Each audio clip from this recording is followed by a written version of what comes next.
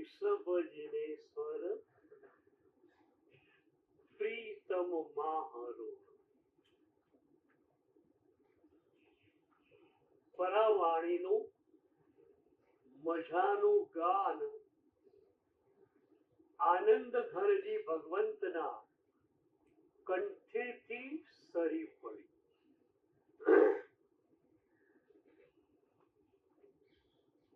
ગાન એક સશક્ત વ્યક્તિત્વ, એક ભક્ત વ્યક્તિત્વ જ્યારે ગાન કરે છે ત્યારે એ ગાનનું મૂલ્ય બહુ જ વધી જાય છે. પરંપરામાં એક મજાનો શ્લોક છે, જપ કોટિ સમમ ધ્યાનમ ધ્યાન કોટિ સમો લય લય કોટિ સમમ ગાનમ ગાનાત પરતરમ નહીં.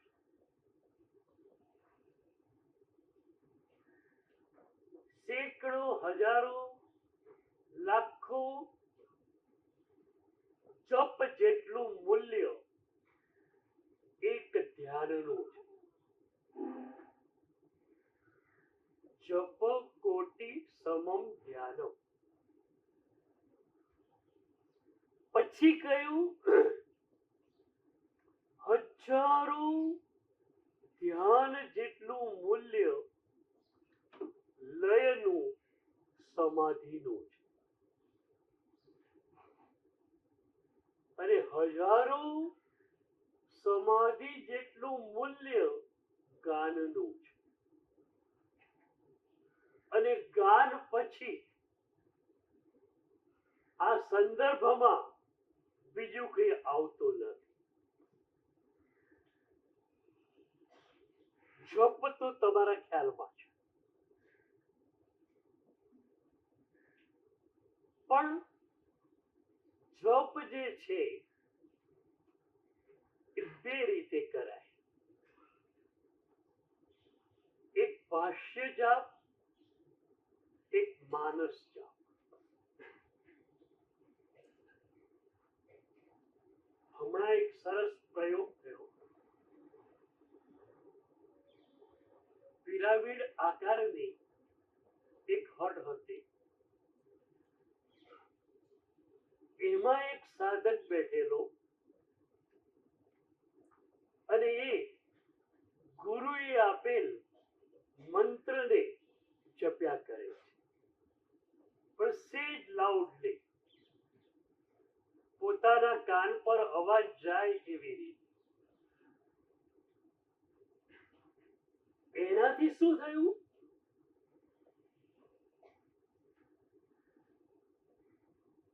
મંત્ર જે છે એ છત સુધી અને દિવાલો સુધી પહોંચ્યું અને એ ધ્વનિએ એવું સુરક્ષા ચક્ર આપ્યું કે બહારના કોઈ ખરાબ વિચારો અંદર પ્રવેશી ન શકે. પછી એ સાધક ભાષ્ય જાપમાં આગળ વધે છે ત્યારે આ છત બની જાય છે, આ ભીતો બની જાય છે. અંદરની અંદર એ ધ્વનિ ટકરાવા લાગે છે અને એ ધ્વનિ તમને પૂરાને પૂરા પ્યોરિફાઈ કરી દે છે. ધ્વનિની તાકાતનો ખ્યાલ આપણા મહાપુરુષોને હતો અને એથી એક શબ્દ નહીં, એક વ્યંજન નહીં, એક અક્ષર નહીં, એની માત્રામાં પણ ફરક પડી જાય તો તમને જ્ઞાનનો અતિસાર થાય. આ એટલા માટે કહ્યું કે ધ્વનિને બરોબર સાચવવો છે. આપણે બળભાગી છીએ કે નમુત્થુણમ ગણધર ભગવંતે જેવું આપેલું એવું જ આપણી પાસે આવ્યું છે. અને એ માટે આપણે પૂર્વાચાર્યોની પરંપરાના ઋણી છે કે એમણે કહી દીધું કે સેજ પણ ધ્વનિમાં ફેરફાર નહીં થઈ શકે. સિદ્ધસેન દિવાકર સુરીજીને વિચાર આવ્યો કે પહેલાની ભાષા પ્રાકૃત હતી, હવેની વિદ્વાનોની ભાષા સંસ્કૃત છે, તો બધા સૂત્રોને સંસ્કૃતમાં ફેરવવા જોઈએ. વિચાર ખોટો નથી. આમાં ગણધર ભગવંતોની આશા તરાનો કોઈ વિચાર નથી. માત્ર ગણધર ભગવંતોએ મૂકેલું છે એ આજના લોકો સમજી શકે એ ભાષામાં મૂકવાની વાત હતી. સદગુરુ પાસે ગયા, સદગુરુને વાત કરી, સદગુરુએ એમને પારાંચિત પ્રાયશ્ચિત આપ્યું. ભારેમાં ભારે પ્રાયશ્ચિત. શા માટે? ધ્વનિને તોડવાની વાત. પંચેન્દ્રિય સંવરણો એક ધ્વનિ છે. તમે સંસ્કૃત કરો તો પંચેન્દ્રિય સંવારક. તો ધ્વનિ દ્વારા તમારી ઇન્દ્રિયોને જે રીતે સંવૃત કરવાની હતી એ રીતે સંવૃત હવે નહીં થઈ શકે.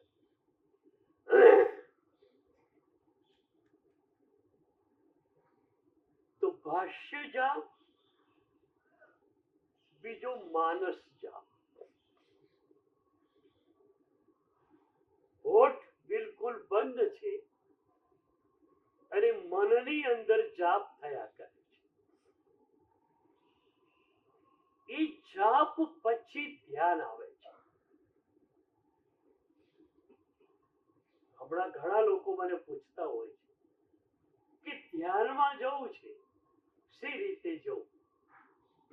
ત્યારે હું એક જ માર્ગ બતાવું છું કે પહેલા જાપમાં જાઓ. જાપમાં એકાગ્રતા આવી જાય પછી ધ્યાન આવશે. એ પહેલા ધ્યાન નહીં આવે. એક નાનકડું પદ તમને સદગુરુ આપે છે. અરહમ અથવા ઓમ હ્રીમ અરહમ નમઃ અથવા નમો હરિહંતા. એ સદગુરુ નક્કી કરશે. તમારે એનો સતત માનસ જાપ કરવો. એને અજપા જપ કહેવામાં આવે છે.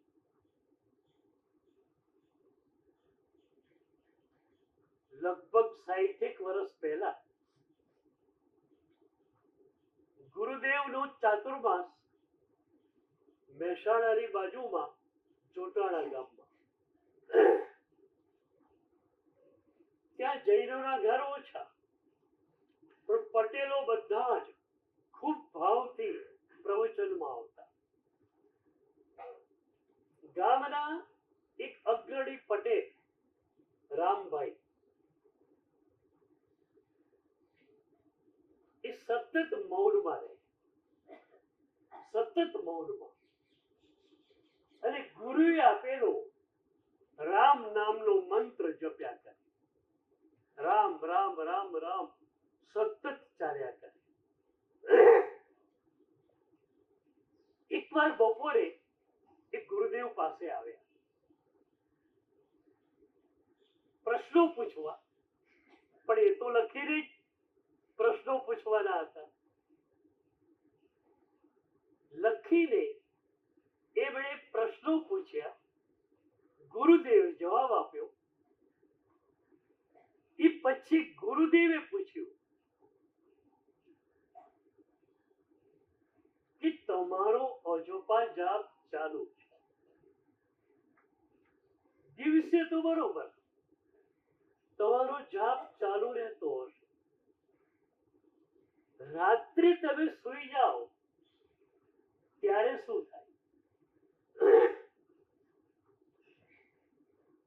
એક ભક્તનો જવાબ કેવો હોય, કેટલું વિનમ્રતાથી ભરેલો. એમણે કહ્યું, ગુરુદેવ,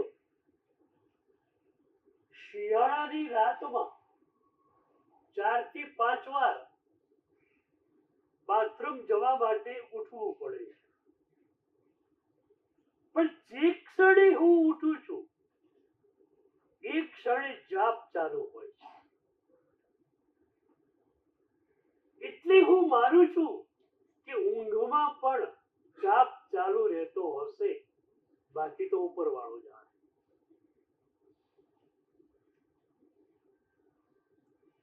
અને આ બહુ મજાની વાત છે. તમે સૂતા પહેલા તમારા અનકોન્શિયસ માઇન્ડને સૂચના આપી દો તો અનકોન્શિયસ માઇન્ડ એ સૂચના પ્રમાણે ચાલશે. કોન્શિયસ માઇન્ડ સૂઈ જશે, કારણ કે વિચારો કરીને થાકેલું છે. શરીર સૂઈ જશે, પણ તમારી ચેતના, તમારું અસ્તિત્વ એ જાગતું હશે. મેં દીક્ષા લીધી ને 11 વર્ષની વય, અષાઢ સુદ તેરસ સુધી તો વાંધો ન આવે. મારો સંથારો હોય અહીંયા, સવારે નીકળું 3 ફૂટ દૂર.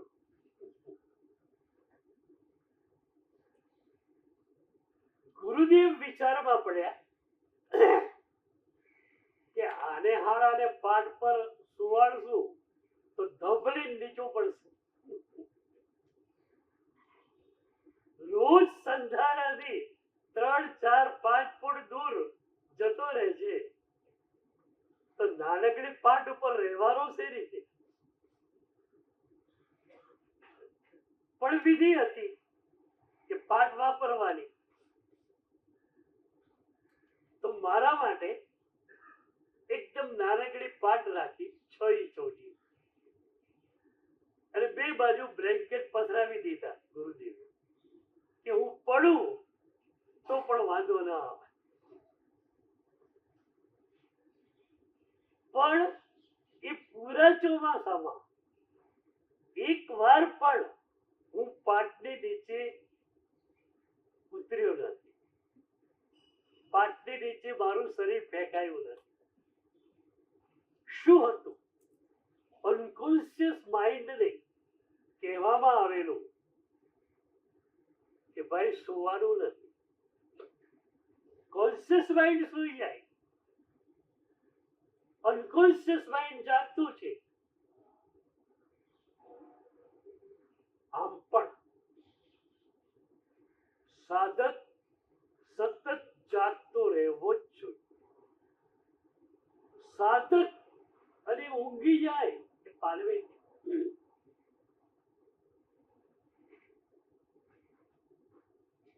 તો જપમાં એકાગ્રતા તમારી સધાય પછી તમને ધ્યાન મળે.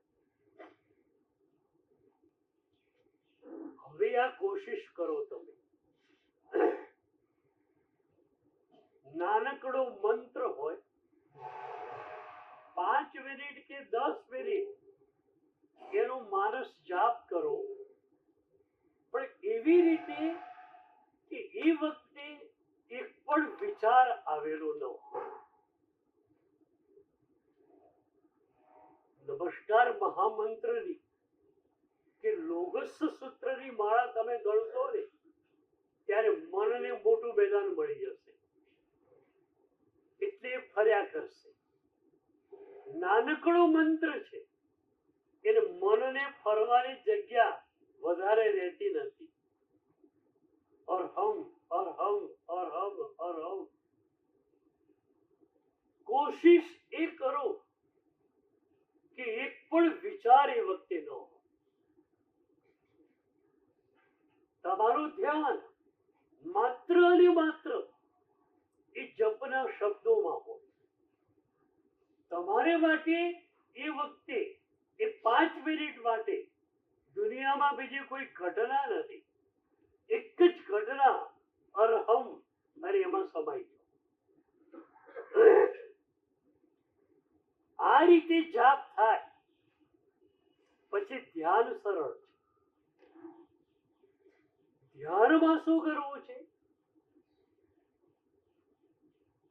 કોઈ જપનું પદ લેવું નથી. પદ લઈએ ને ત્યારે તમારા મનને એક આલંબન મળે છે, પણ જ્યારે પદ છૂટી જાય ત્યારે તમારી જાગૃતિ વધારે જોઈએ.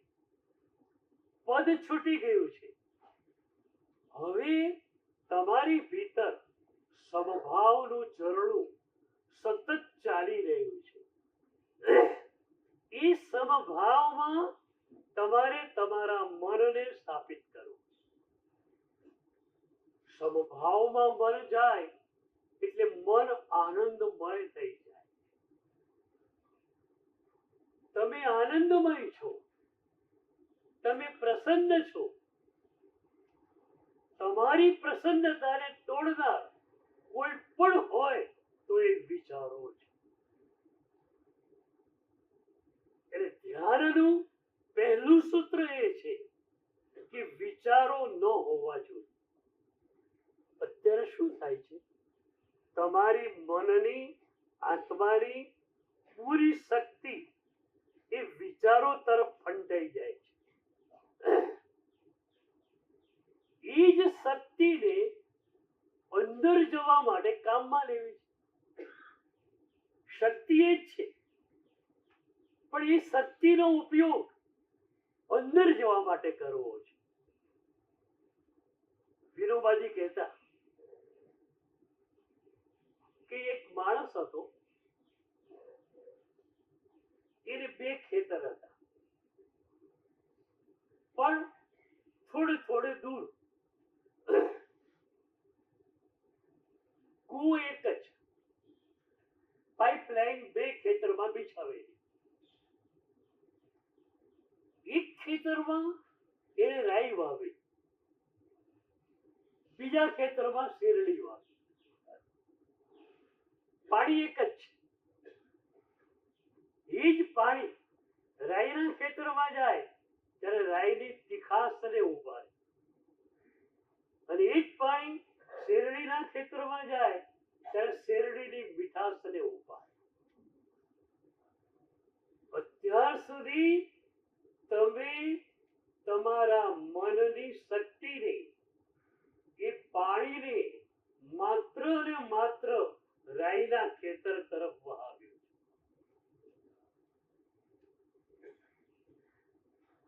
હું ઘણી વાર એક પ્રશ્ન બૌદ્ધિકોને પૂછતો હોઉં છું કે તમે જે વિચારો કરો છો આખા દિવસ દરમિયાન, એમાંથી કામના કેટલા, નકામા કેટલા? બોલો, હિસાબ કર્યો છે ક્યારે? કેટલા કામના, કેટલા નકામા? લગભગ તમને લાગશે કે 1 કે 2% કદાચ કામના હોય, 98% તો નકામા જ હતા. એક ઘટના ઘટી ગઈ, હવે એનો વિચાર શરૂ થયો, આણે કેમ આમ કર્યું, આને આમ કરવાની જરૂર કેમ પડી, એને મારા પ્રત્યે દ્વેષ છે. આ વિચારોની સાંકળ તમે ચલાવો, પણ એ સાર્થક કે નિરર્થક? મારે તમને આટલું જ પૂછ્યું.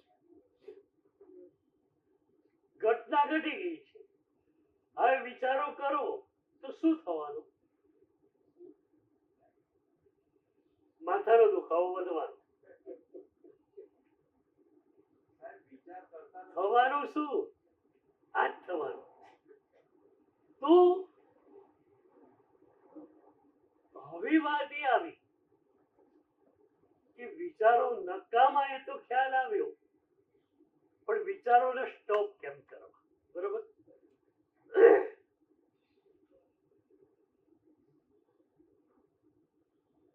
અમારા લોકોની પાસે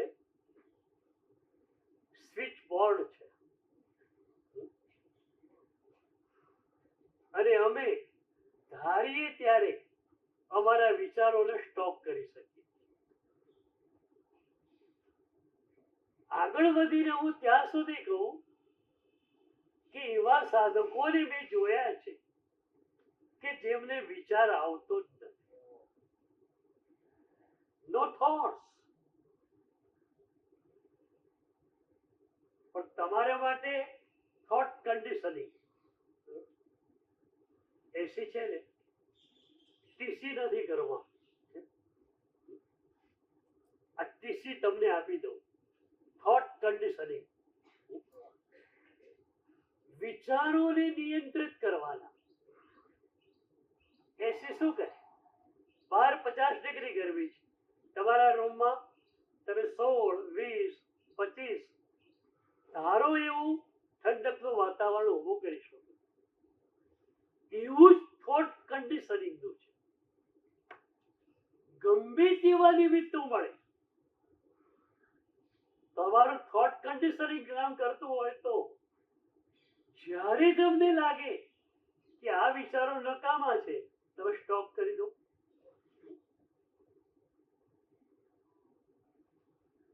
તમારા વિચારો તમારી એનર્જી કેટલી ખતમ કરે છે અને તમારો સમય કેટલો ખતમ કરે છે, એ તમે ક્યારે જોયું છે? કેટલું સમય આમ બેઠો હોય, શું કરે છે? 1 કલાકથી આમ બેઠેલો હોય. સમય બગડે, એનર્જી વેસ્ટ થાય, તો વાય થોટ્સ? વિચારો શા માટે? Thought conditioning. અને એ થોટ કન્ડિશનિંગ માટે આ જપયોગ તમને મદદરૂપ બનશે. જ્યાં નકામા વિચારો આવ્યા, નમો હરિયંતાણમ, નમો હરિયંતાણમ, નમો હરિયંતાણમ, સેજ લાઉડલી ભાષ્ય જાપ ચાલુ કરી દો. ભાષ્ય જાપ વિચારોને તોડે છે. અમારે ત્યાં સવારે ગોખવાનું હોય અને પછી ધ્યાન કરવાનું હોય. પહેલા પ્રહરમાં ગોખવાનું, બીજા પ્રહરમાં ધ્યાન કરવાનું. તો સવારે પહેલા ધ્યાન કરવાનું હોય ને, સવારે પહેલા ગોખવાનું પછી ધ્યાન. તો એ ગોખવાનું એટલા માટે છે કે નિર્વિચાર દશાની એક પૃષ્ઠભૂત તમને મળે. તમે એવી રીતે ગોખો કે એ મંત્રના શબ્દો, એ સૂત્રના શબ્દો તમારા કાન પર પડે. તો કાન પર પડેલા એ શબ્દો, એનો ધ્વનિ એ વિચારોને સ્ટોપ કરશે. આ એક પ્રયોગ કરી જુઓ. વિચારો બહુ જ આવતા હોય, નમો હરિયંતાણમ, નમો હરિયંતાણમ, નમો હરિયંતાણમ. તો જપની એકાગ્રતા બરોબર ધ્યાન, ધ્યાનની એકાગ્રતા બરોબર લય. ધ્યાન અને લયમાં શું ફરક? લય એટલે સમાધિ. ધ્યાનમાં ધ્યાન કરનારો હાજર હોય છે. પ્રભુ પ્રભુ તરફ આપણે જ્યારે ધ્યાન કરીએ ત્યારે ધ્યેય તરીકે પ્રભુ છે, ધ્યાન કરનાર તરીકે આપણે છીએ, અને વચ્ચે ધ્યાનનો પુલ છે. મહોપાધ્યાયજીએ 12મા સ્તવનમાં કહ્યું, ધ્યાતા ધ્યેય ધ્યાન ગુણ એકે, ભેદ છેદ કરશું હવે તે. ક્ષીર નીર પરે તુમ શું મળશું, વાચક યસ કહે હેજે હળશું. પહેલા ધ્યાન કરનાર અલગ છે, ધ્યેય અલગ છે. પણ જે ક્ષણે ધ્યાન કરનારની ચેતના ધ્યેયની ચેતનામાં ડૂબી જાય, ધ્યાન કરનારો ક્યાં રહ્યો? રામકૃષ્ણ પરમહંસ કહેતા, મીઠાની પૂતળી, મીઠાની બનાવેલી પૂતળી એ દરિયામાં ગઈ, દરિયાની ઊંડાઈનું માપ લેવા. બહાર કોણ આવશે? એમ તમારી ચેતના જ્યારે પ્રભુમાં ઓગળી જાય ત્યારે સમાધિ. પણ એ સમાધિ તમારા એકલાની છે. જ્યારે આનંદઘરજી ભગવંત જેવા ગાન કરે ત્યારે ગાનને સાંભળનારા સેંકડો લોકો સમાધિમાં ચાલ્યા જાય છે. એટલે જપ કરતા ધ્યાનનું મૂલ્ય વધારે, ધ્યાન કરતા સમાધિનું મૂલ્ય વધારે, અને સમાધિ કરતા પણ ગાનનું મૂલ્ય વધારે. તો આનંદ ઘરજી ભગવંતે આ ગાન કર્યું. ઋષભ જીનેશ્વર પ્રીતમ માહરો,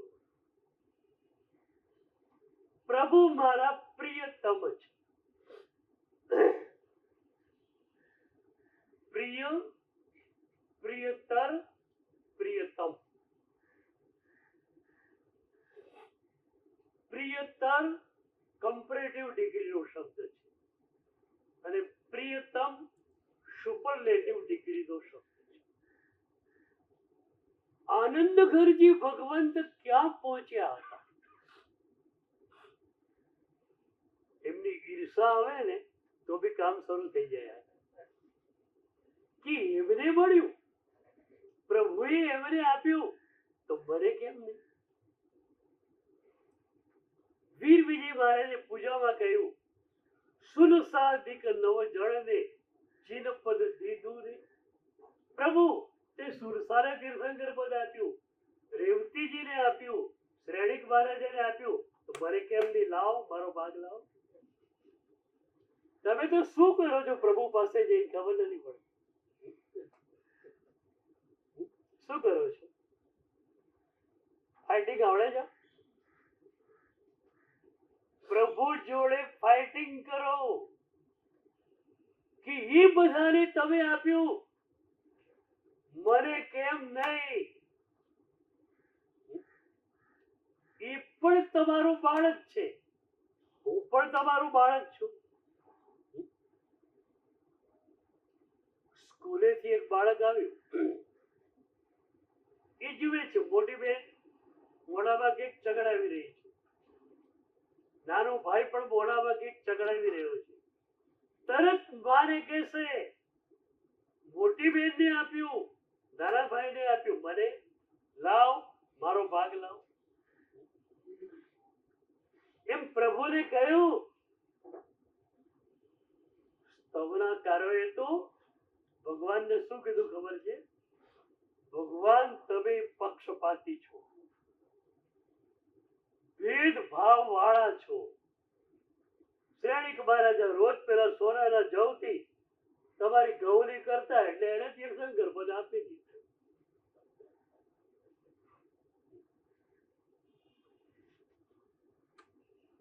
તમે બી લડો, ફાઇટિંગ કરો.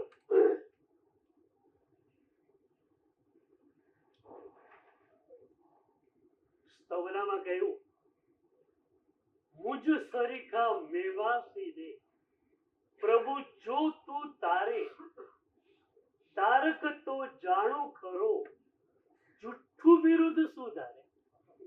ભગવાનને કહે છે, તું મને તારે તો તારક, બાકી વાત ખોટી. સુરસાજીને તાર્યા તો તરી જાય એવા હતા. રેવતીજીને તે તાર્યા, તું યશ લે છે પણ તારો એ યશ ખોટો છે. રેવતીજી તો તરી જાય એવા હતા. મારા જેવા પથ્થરને તારે તો હું માનું કે ખરેખર તું તારક છે.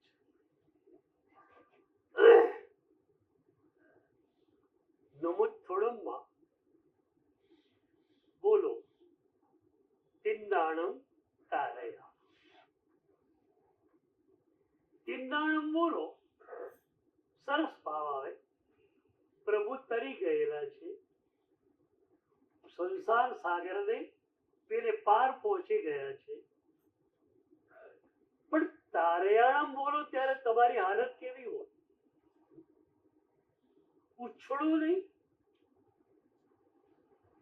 તારયાણમ, પ્રભુ તારક છે, તારનારા છે, તો મારે શું કરવાનું?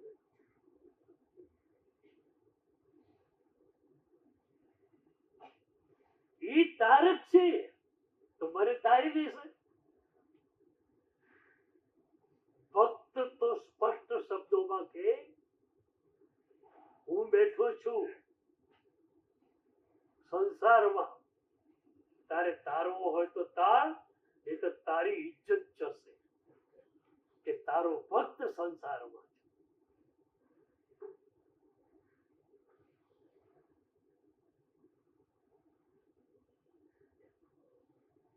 નાનું બાળક 3-4 વર્ષનું માની સાથે ક્યાંક ગયેલું, જ્યાં ગયા ત્યાં નાસ્તો ફૂલ થઈ ગયો. એ પછી ઘરે જવાનું છે. દીકરો ચાલે એવો, દોડે એવો છે. એટલે માએ દીકરાને કહ્યું, ચાલ બેટા, આપણે અહીંથી નીકળીએ, બહાર જઈને રિક્ષા બિક્ષા પકડીશું, ચાલ. માએ આમ આંગળી દેખાડી કે ચાલ, મારી આંગળી પકડી લે. પેલો આમ કે છે. પેટ થઈ ગયું છે ફૂલ, ચલા એવું છે નહીં. મમ્મી કે છે આમ, પેલો કે છે આમ. જીત કોરી થાય? મમ્મી ઓલે પૂછ્યું, જીત કોરી થાય? મારે જવું છે. બાળકને ઉપાડી લઈ ચાલતી થાય. પેલાએ સ્પષ્ટ કહી દીધું, હું તારી આગળ પકડવાનો નથી. મારે ઉચકવો તો ઉચક, નહીતર મૂકી દે જા.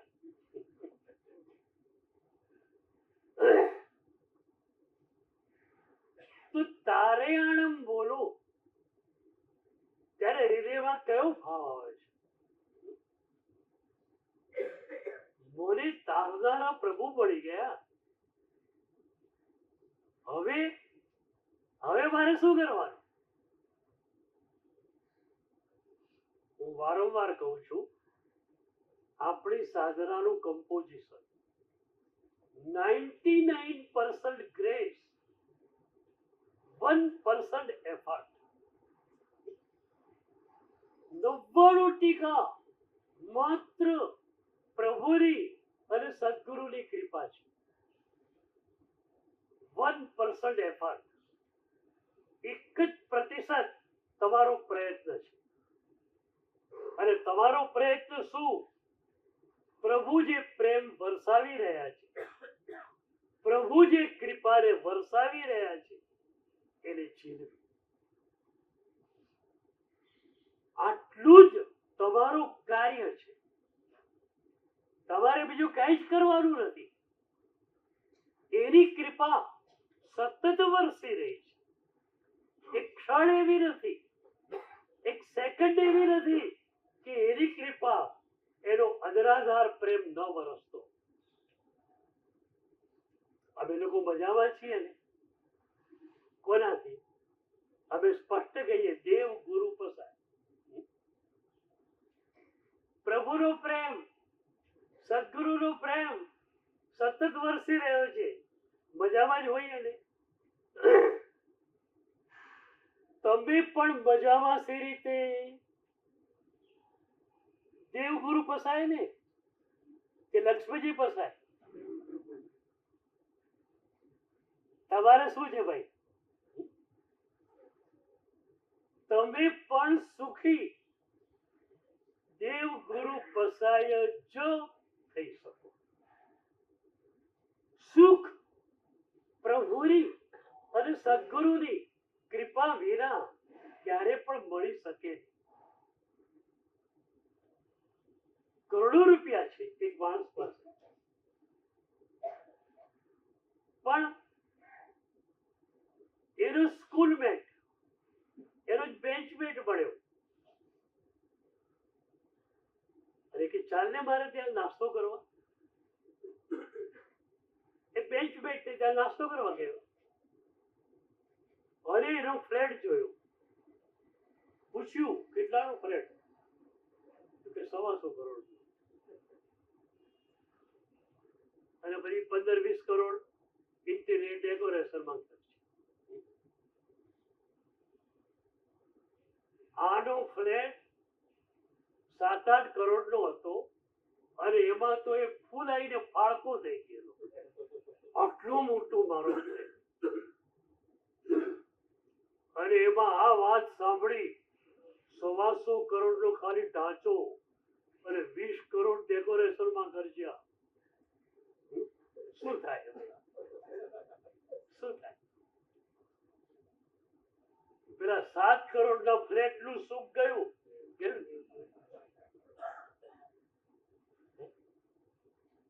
તમારા કરોડો ના સુખ ને અદૃશ્ય કરતા વાર કેટલી લાગી? જોયું, પેલાની પાસે આટલું છે, તારી પાસે શું છે? ખલાસ છે, બધું ગયું. એક બહુ મજાની વાત તમને આજે કહું. તમારી નજર હેવ્સ પર છે કે હેવ નોટ્સ પર છે? હેવ્સ પર તમારી નજર નથી, હેવ નોટ્સ પર તમારી નજર છે. મારી પાસે આ નથી, મારી પાસે આ નથી, મારી પાસે. પણ તમારી પાસે શું છે એ તો વિચાર કરો. પ્રભુએ તમને મનુષ્ય જન્મ આપ્યો. પ્રભુએ પોતાનું શાસન તમને આપ્યું. પ્રભુએ પોતાની સાધના પદ્ધતિ તમને આપી. કેટલા હેવ્સ તમારી પાસે છે. અને આટલા હેવ્સ જેની પાસે હોય એને હેવ નોટ્સ નો વિચાર આવે?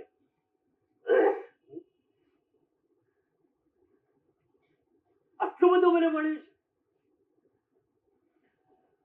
કુમારપાળ રાજાએ પ્રભુની સ્તુતિ કરી. 50-55 વર્ષની વયે રાજ્ય ગાદી મળી. 5-10 વર્ષ રાજ્યને સ્થિર કરવામાં થયા. ગુરુદેવ હેમચંદ્રાચાર્ય મળ્યા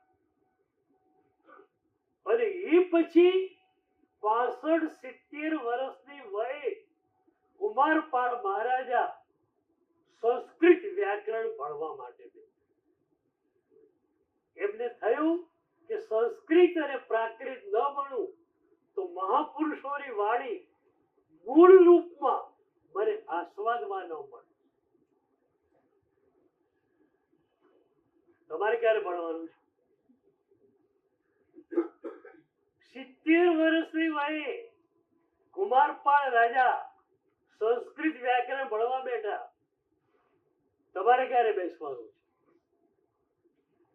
છે? એ પછી એમણે સ્તુતિઓ રચી એ પૈકીની એક સ્તુતિનો આ ગુજરાતી અનુવાદ છે.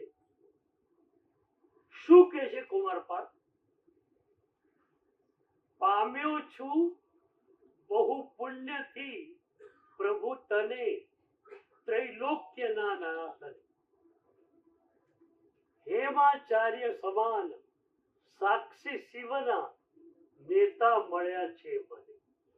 પ્રભુ તું મળી ગયો, સદગુરુ મળી ગયા, તારું શાસન મળી ગયું.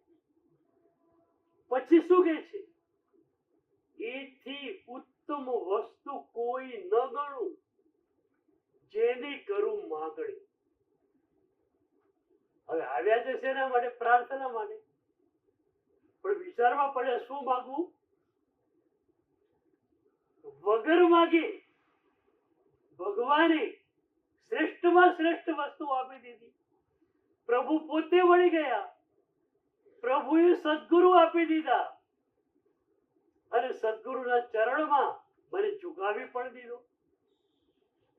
હવે બાકી શું રહ્યું? પણ ભગવાન પાસે આવ્યા, કંઈક તો માંગવું પડે ને. છેલ્લે કહ્યું, માગું આદર વૃદ્ધિ તોય તુજમાં, એ છે પૂરી લાગણી.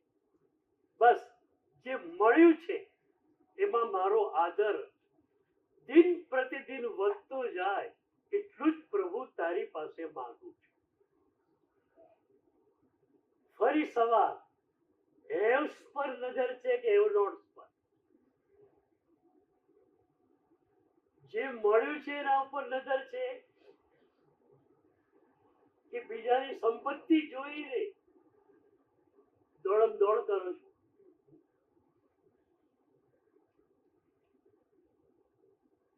એક ભાઈ ઘરે ચાંદીનો કપ લઈ દોડતા દોડતા, ચાંદીનો કપ તો કોઈ રેસમાં વિજેતા હોય એને મળે. તો પત્નીએ પૂછ્યું, તમે રેસમાં વિજેતા બન્યા? તો કે હા, હું પહેલે નંબર ઉપર છું. તો કે બીજા નંબરે કોણ છે? તો કે મકાન માલિક છે, કે જેની દુકાનમાંથી બે ચાંદીનો કપ ચોર્યો છે, ઠોકી દીધો. રેસ લાગી છે, પણ રેસ શાના માટે? દરેક વ્યક્તિ પોતાના સમાજમાં નંબર 1 કે નંબર 2 થવું છે. બોલો, એક વાત તો તમને પછાડ આપો આજે, કે વ્યાજમાંથી આરામથી તમે ખાઓ પીઓ જલસા કરો અને કરોડ રૂપિયા ધર્મમાં ખર્ચી શકો, એટલું તમારી પાસે હોય પછી ધંધો નહીં કરવો નવો. બોલો, આપો નિયમ? તમારે નક્કી છે કેટલા ભેગા કરવાના? માણસ રણમાં મુસાફરી કરે ને થાકી જાય, કારણ કોઈ સ્ટેશન આવતું જ નથી. એમ તમારી મુસાફરી રણમાં તો નથી ને. 5 કરોડ થયા, 10 કરોડ, 10 તો 20, 20 તો 25. એક જમાનો હતો, લોકો કહેતા આ અમારા ગામનો લખપતિ છે. પછી જમાનો બદલાયો, આ અમારા ગામનો કરોડપતિ છે. લાખનો હિસાબ ના રહે.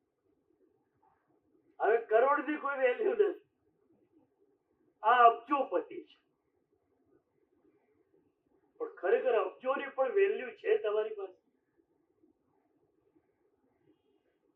તમારી નજર ક્યાં છે? 100 વર્ષ પહેલાની એક ઘટના તમને કહું.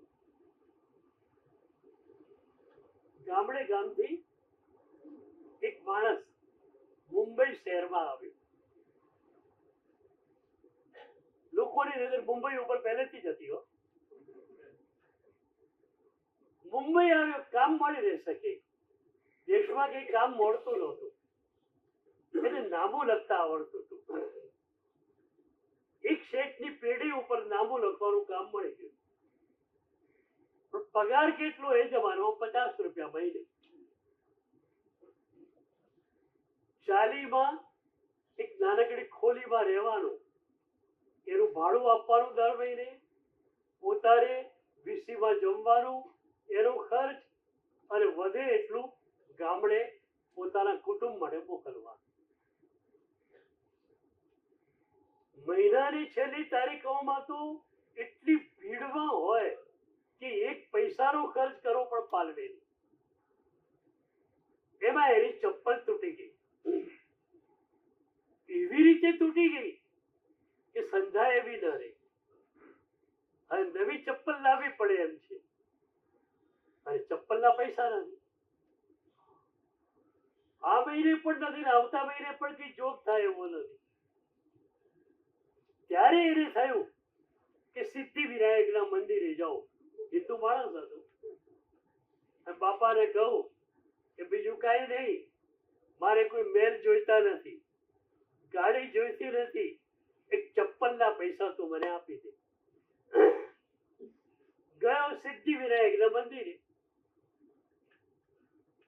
તો બહાર એક માણસ બેઠેલો, એના 2 પગ કપાઈ ગયેલા, પણ એનું મોઢું જોતા પરિચિત માણસ લાગ્યું. એટલે મુનિમ 1 મિનિટ ઉભો રહ્યો કે આ છે કોણ? આનો ચહેરો ઘણી વાર જોયેલો છે. પેલો માણસ પણ મુનિમને ઓળખી ગયો કે સાહેબ તમે પેલા શેઠના ત્યાં મુનિમ છો ને?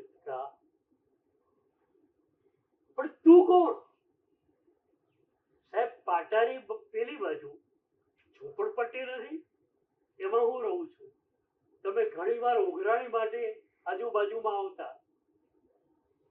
હું તમને ઠંડુ પાણી પાતો, ચા પણ પાતો. હા, યાદ આવ્યું? ઓહ, તું? તારે ત્યાં મારે કોઈ ઉઘરાણી નહીં, એક પૈસો મારે લેવાનો નહીં, અને છતાં તું મારી આટલી ખબર રાખતો હતો, મારે ચા પીવડાવતો હતો. આ શું થયું? પગ કેમ કપાઈ ગયા? પેલો કે સાહેબ એકવાર ઉતાવળ હતી, પાટા ક્રોસ કરવા ગયો, અને એમાં ગાડીના પૈડા ફરી વળે. એક ચેરિટેબલ સંસ્થાએ બધો ખર્ચ ઉપાડી લીધો અને ઓપરેશન વગેરે થઈ ગયું, પણ જયપુર ફૂટ પણ લાગે એવા હતા ને, એને બંને પગ કાપવા જ પડ્યા. 2 પગ કપાઈ ગયા, હું કામ શું કરું? એને મારી પત્ની રોજ સવારે લારીમાં મારે બેસાડી અહીંયા લાવે છે, અને કોથળો પાથરી મને બેસાડીને જાય છે. અહીંયા જે કંઈ મળે 2, 5, 10 રૂપિયા એ સાંજ સુધીમાં ભેગા કરું. સાંજે મારી પત્ની આવશે અને મને લારીમાં બેસાડીને લઈ જશે. મુનિમની આંખમાં આંસુ આવી ગયા. આવો સ્વસ્થ માણસ, અને પોતાનું પરિશ્રમ કરીને જીવનારો સ્વાશ્રયી માણસ, એને ભીખના ધંધા સુધી આવું? એના પગ કપાઈ ગયા. એ મંદિરમાં ગયો. આવ્યો તો એટલા માટે કે ચપ્પલ માટે પૈસા માંગુ. હવે એને પ્રભુને કહ્યું કે પ્રભુ, મારા પગ સલામત છે, એ બદલ તારો આભાર માનું. તમે બધા ક્યાં નજર રાખશો હવે? હેવ્સ ઉપર કે હેવ નોટ્સ પર? હેવ્સ પર રાખશો ને તો ઉપાશ્રય નાનો પડશે. હેવ નોટ્સ પર નજર છે ને, નાસ્તો કર્યો ના કર્યો ભાગો. પણ જ્યાં હેવ્સ પર નજર આવી, મારા પુણ્યમાં હશે, એ મને મળવાનું જ છે. બસ પૂજા કરી લઉં શાંતિથી પ્રભુની, અષ્ટપ્રકારી જીનવાણીનું શ્રવણ કરી લઉં અને એ પછી આરામથી જવાનું. મારા પુણ્યમાં જે હશે એ મને મળવાનું જ છે. બોલો, શેનાથી મળ્યું તમને? પરિશ્રમથી મળ્યું કે પુણ્યથી મળ્યું? પુણ્યથી મળ્યું, બરોબર. પુણ્યના માલિક કોણ? પરમાત્મા. 9 તત્વો કોણે બતાવ્યા? પરમાત્માએ બતાવ્યા, બરોબર. તો તમને જે મળ્યું એ તમારું કે પરમાત્માનું? બોલો, કોનું? તમને મળ્યું એ કોનું? અમારી પાસે જે કઈ છે ને એ પ્રભુનું છે, કારણ કે અમે જ પ્રભુના છીએ. પછી મારી પાસે જે હોય એ પ્રભુનું જ હોય ને. તમે સ્તવનમાં તો બોલો જ છો, હું પ્રભુ તારો તું પ્રભુ.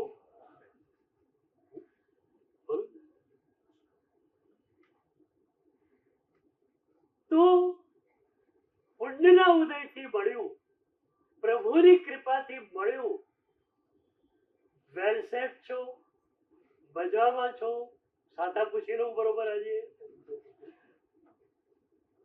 તો હેવ્સ પર નજર રાખજો. આનંદઘરજી ભગવંત એમની પરાવાણી દ્વારા આપણને કહેવા માંગે છે કે પ્રભુ જેવા પ્રભુ આપણને મળ્યા છે, આપણે બીજા સામે નજર કેમ રાખીએ છીએ? સંસારમાં છું, કામ કરવું પડે, પણ નજર ક્યાં હોય? ધંધો પણ એવો કરું જેની અનુમતિ મારા પરમાત્માએ આપેલી છે. ઓછામાં ઓછું પાપ થાય એવો ધંધો કરવો છે.